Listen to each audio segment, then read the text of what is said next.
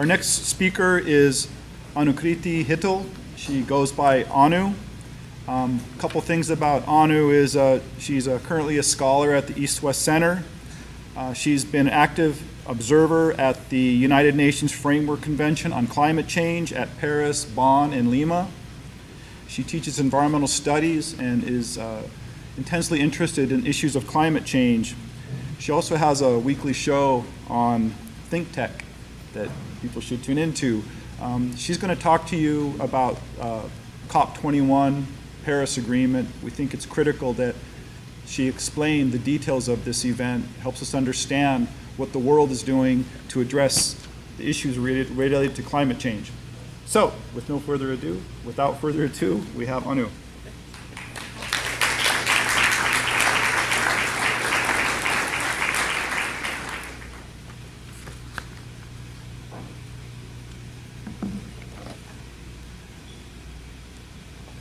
Aloha kako. Thank you for having me. I'm honored to be here, and I'm not really sure why I'm here amongst such giants, but I will attempt to enlighten you a little bit about the COP21. At least that's my job, supposedly. Okay, so I'll try to do all of that in less than 7 minutes. A process that started in 1992. Okay, so since all things are related, and that's the theme of this workshop, let me take you back to the global level and how that ties, how your efforts here tie into that global conversation that's been going on.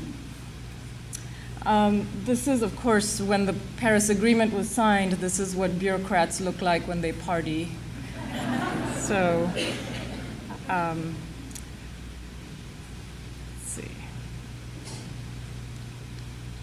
So the global negotiations are really, it's the United Nations Framework Convention on Climate Change, and we fondly call that the UNFCCC in an attempt to shorten that. It has 196 parties, that means signatories, and of those 195 are countries, and one is the European Union, which comprises 28 nations. And the COP21, the COP, is the Conference of the Parties, which is, they party, every year in a different international location. And this was the 21st such meeting. So these COPs take place every year. And this was the 21st one in Paris. You folks would have heard about that and followed that, perhaps. So, I led a delegation of students from Washington University in St. Louis, which is my home institution, and we were research and independent NGOs, so we were called RINGOs, and we were observers under the United Nations Framework Convention. So the main outcomes are really, there are several outcomes. Some of them are kind of more boring than others, but I just thought I would highlight these ones that are most relevant. Of course, Dr. Fletcher talked about this already, this is really the first time that nations have come together to really try and get that goal of under 2-degree warming, to keep that under 2-degree warming, 2 degrees Celsius. And 1.5 degrees is really what island states have been pushing for, because they've said that 2-degree warming will just lead to a lot more sea level rise and climate changes and so on, that it really may present an existential threat to some of these islands. And so, led by the Marshall Islands, there was a group of folks that pushed, negotiators that pushed for the 1.5, and that is mentioned in the document. But it's only mentioned. It's not really anything that countries are necessarily working towards. So the other thing that was really, people ask me, is this enforceable? Well, this was the first time that they really had put together a very significant component of monitoring what countries have pledged. So not only is this the first time that countries have come together to say they will work towards it, how will they work towards it? And that is through these pledges, which are called nationally determined contributions. You may have heard that sort of roaming around. There's an acronym for that, but basically I'll just call them pledges. And so those pledges will be monitored, they will be reported, and they will be verified by the international community. So that really is the enforcement mechanism, that you will be accountable to your peers in an international forum. This will not be done quietly somewhere, but out loud, and everyone will get to see what you are and are not doing. Okay, so there will be a global stock take in 2023, and then every 5 years after that. And the transparency and the review process in this it's quite different from what other COPs have done before. Okay, and then the last big outcome, I would say, is that they really have taken the Green Climate Fund, which is funding for climate-based projects, starting at a baseline of $100 billion. And that's not the first time that they've talked about it, but it really did go operational in November. They started to accept proposals and so on.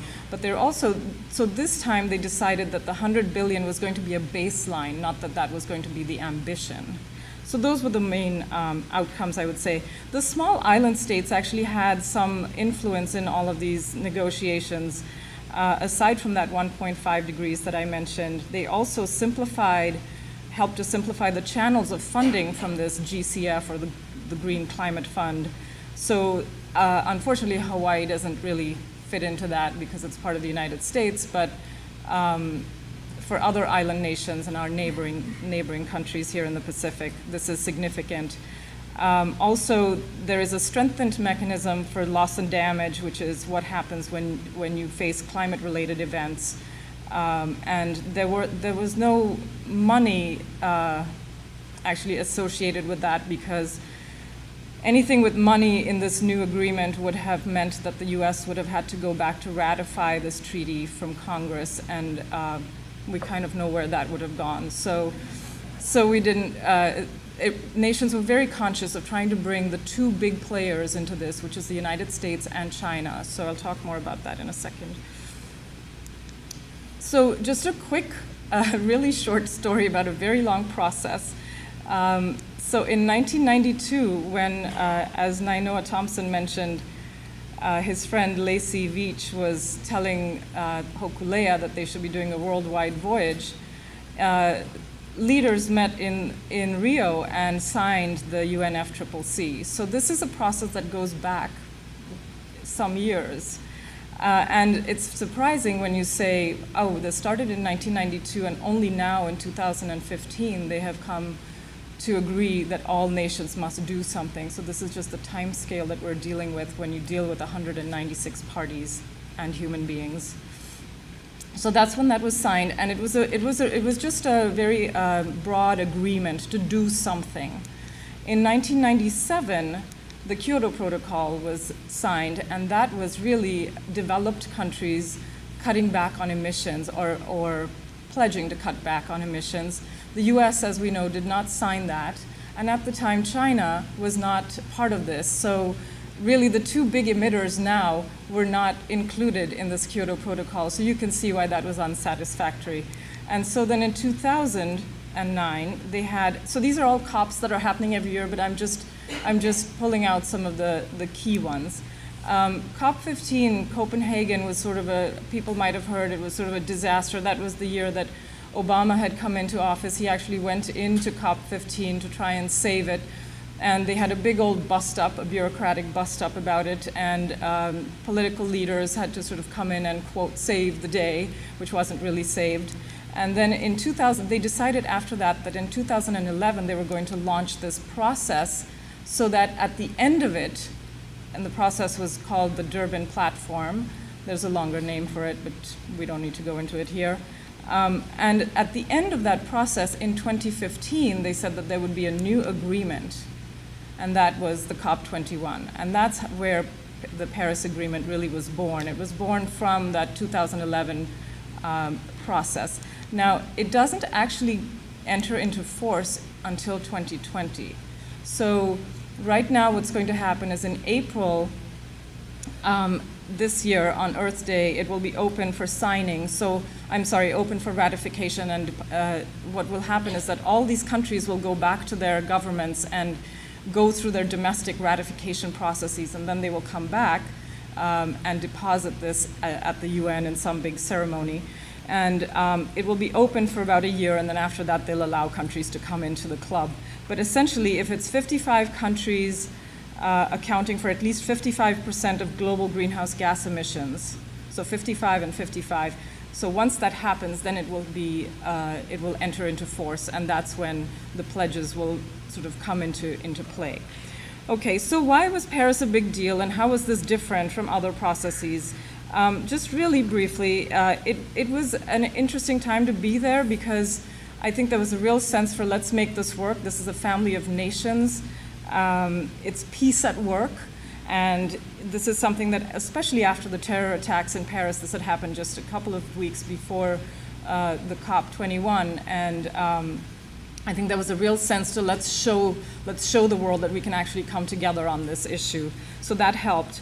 But it was different. It is different because the Kyoto Protocol really only covered about 14% of current global emissions. So keep in mind that China and the US were not part of that coverage, and nobody dreamed that back in 1997 that China would be growing at such a phenomenal rate for the next 20 years. And so, and with that growth would come emissions growth as well. So, so really it was different because now they've got countries who are pledging, and all countries are pledging, not just the developed countries.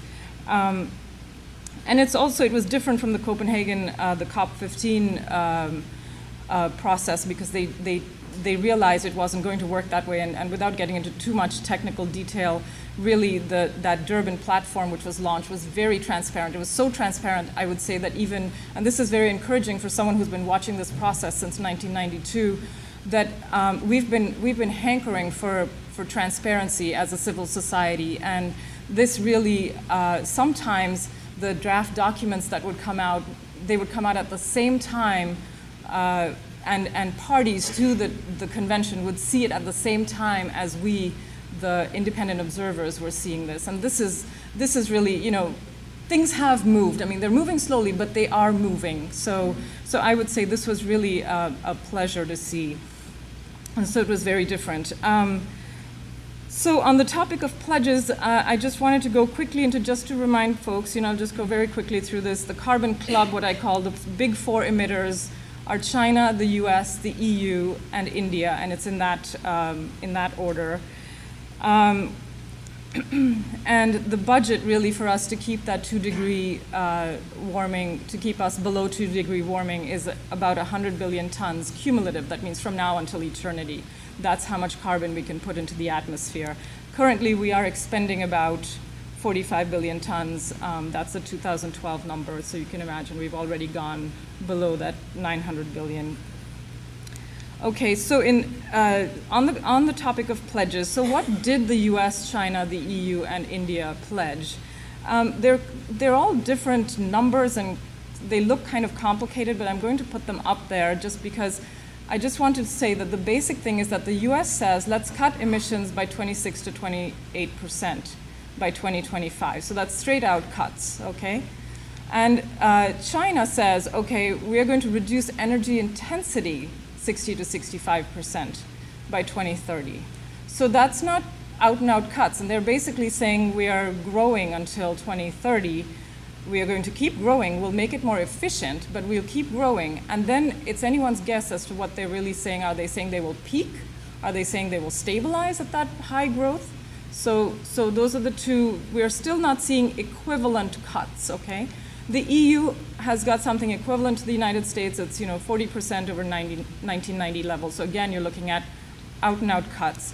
For India, India is not to be left behind. So like, hey, we're going to come in here too, and we're also going to do what China's done, which is we'll also say we're going to do intensity cuts. Okay, so this is still not equal, but it's still, the nations are coming together. This is for the first time they're sitting together at the table and saying we will do something.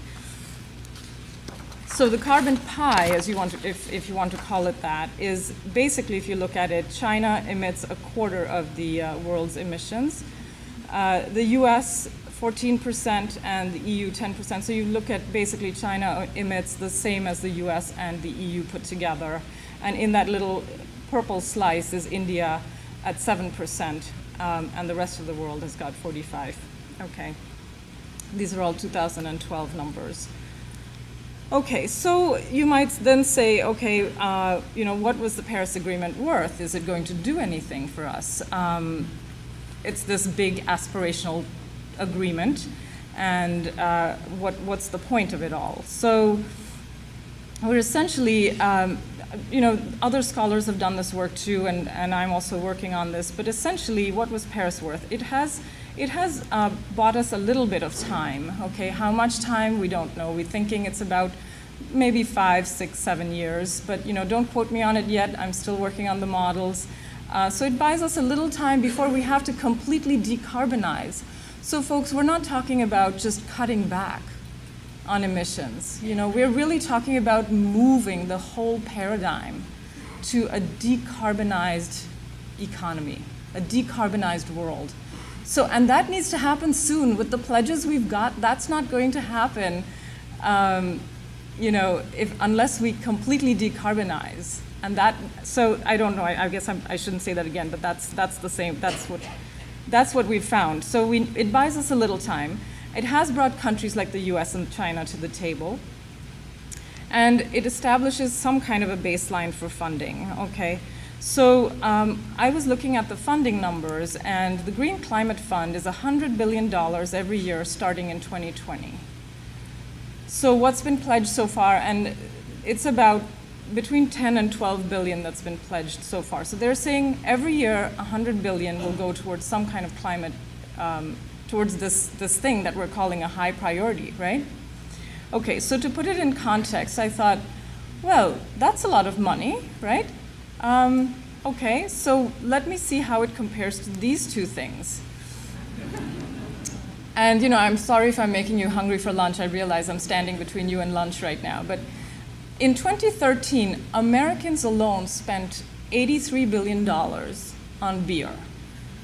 Probably much of that last Sunday. But you know, that was and on potato chips, 7 billion. So together, those are about 90 billion in 2013 alone for the United States alone, okay? Now, these are, of course, different sources of funding, but that's just how it compares, okay? And so, you know, I just wanted to say that if this is a priority, then nations must treat it like one. And that means that pledges have to be kept to, the pledges that the countries have put up there, and that the role of civil society and the media is to hold nations to their promises, okay? To be those watchdogs and to demand more ambition from these countries, from our governments, from our subnational governments, and so that we have more than just potato chips and beer for green climate funding. And I will just, you know, just close with the messages from that we've heard earlier of COCUA and coming together and so on. And I will say that economist Jeffrey Sachs, who is at Columbia University, also echoes these sentiments, and he says, "The diplomats have done their job. The Paris Agreement points the world in the right direction and with sophistication and clarity. It does not, however, ensure implementation, which necessarily remains the domain of politicians, businessmen, scientists, engineers, and civil society." And that's all of us. Mahalo ya oku.